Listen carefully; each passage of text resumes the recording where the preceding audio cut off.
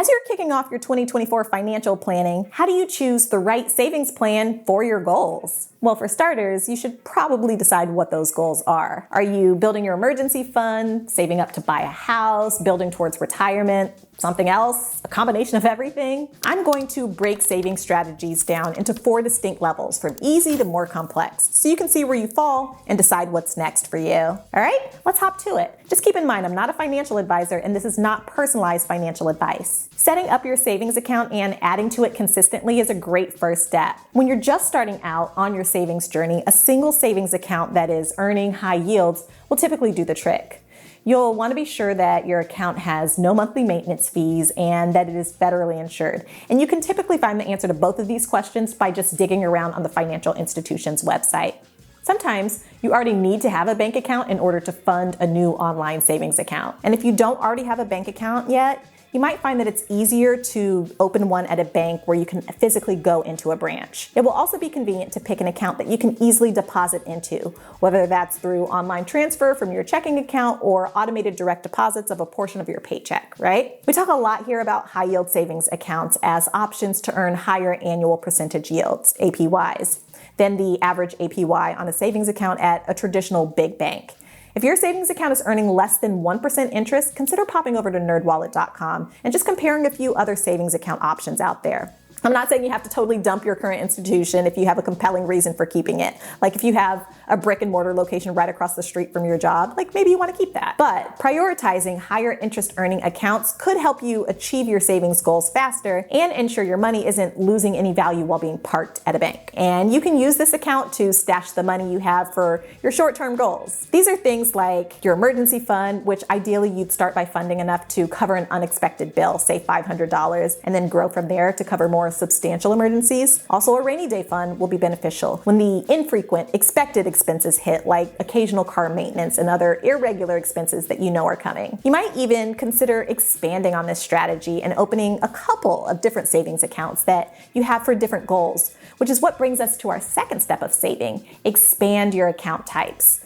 So maybe your first step of saving had you this one high yield savings account that we talked about, right? And that's fantastic. That's a great first step, and it will only help you get into the flow of saving. You'll start to better understand how much you're setting aside every month for your goals, how often you've needed to, tweak your budget to account for miscalculations, and understand where you have the wiggle room to either save more or put more toward your debt payments. Now, in this second step, you're going to expand on this. Like if you're hoping to buy a car next year, but you also want to have a 3-month emergency fund by summer, having a couple of different savings accounts can help you better track your progress and keep the money organized. You might also decide that it makes sense to lock up funds in a certificate of deposit for one of your savings goals just to really capitalize on those high interest offerings. Now, if you've been using one savings account as your general catch-all for every future goal, including your retirement savings, it's time to split these up even further.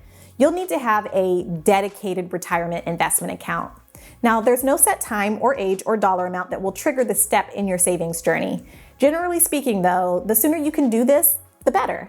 This will give the funds the opportunity to have as much time as possible to compound and grow. If you are employed full-time, chances are your employer already offers some sort of retirement plan, typically a 401k, and it's very likely that there's a company match. Make sure that you're contributing at least as much as your employer will match. If you are not employed full-time, or if you're just ready to contribute a little bit more, look into opening up an IRA.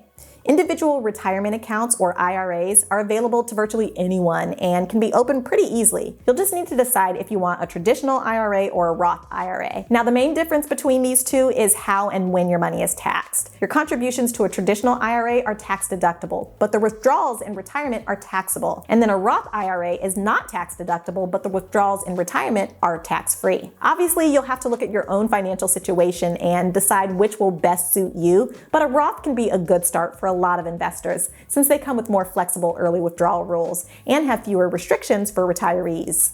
But these are just two of the several different types of IRAs. If you need more help deciding which route to go with your IRA, check out some of our retirement planning resources at nerdwallet.com. My fellow nerds will help sort out which investment path might be the right fit for you. Speaking of your investment path, that takes us to our third step in the savings journey: building your investment strategy. Now, up to this point, you've built up your savings accounts, which means you have that emergency fund, you have that retirement account up and running, and you have an IRA that's allowing you to trade stocks, bonds, mutual funds, exchange traded funds, ETFs, and more. The next step is growing your investment portfolio. An IRA is an investment account designed to be used in retirement, which means you'll face restrictions regarding when and how you can withdraw funds. So step 3 is about branching out. A taxable brokerage account might be a great next step. These brokerage accounts will allow you to withdraw funds at any time without paying additional taxes or penalties, and can be a nice option if you've already maxed out your IRA retirement contributions. This is also where other investment opportunities, such as real estate, would come into play.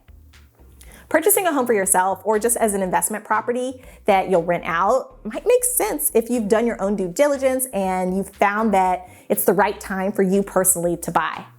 But if buying a home doesn't feel like the right step for you right now, there are still other ways to make an investment into the real estate space.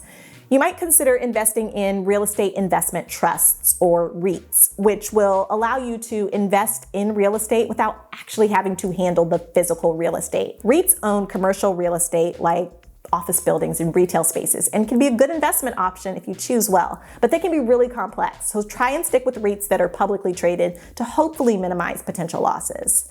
You can also invest in real estate using online real estate investing platforms such as Fundrise and Realty Mogul. Now, these sites connect real estate developers with investors, aka you, who want to finance projects through debt or equity. You receive monthly or quarterly contributions and pay a fee to the platform. As you continue to grow your investment, you can invest the dividends back into the asset. And reinvesting earnings back in brings us to our fourth and final savings step, which is to scale your savings strategy. There's actually a lot of moving parts to this step. Now, so far, you've built up multiple savings accounts that are all serving you in various ways. You have a well-established retirement fund, an emergency fund that can cover all your living expenses for more than 6 months. You work with a brokerage firm that manages your investments, and maybe you hold a real estate asset or two. In this final step, you're gonna kick everything up a notch. Maybe in this step, you decide you want to double how much you're tucking away into your savings account every month. So you're going to commit to taking on a side hustle to increase the amount that you're able to save. This also might be the step where you decide to meet with a financial advisor. Remember that you can seek out help from a financial advisor at any time, but it can be especially beneficial to consider doing this when you have any significant life changes like getting married, switching careers, or receiving a financial windfall. As you're increasing the rate at which you save, a financial advisor can help you focus on the areas that will help you reach your personal goals at the desired pace. And if you're not already, evaluating what aspects of your saving strategy can be automated is a key point to hit in this step as well. Automation will not only help you get some of your time back, but it can also help make sure that you stay consistent with your savings over time. You should already have a portion of your paycheck being directly deposited into your savings account automatically, as we discussed in that first step. But you can also set up automatic transfers from your checking account to your savings accounts, investment accounts, and more.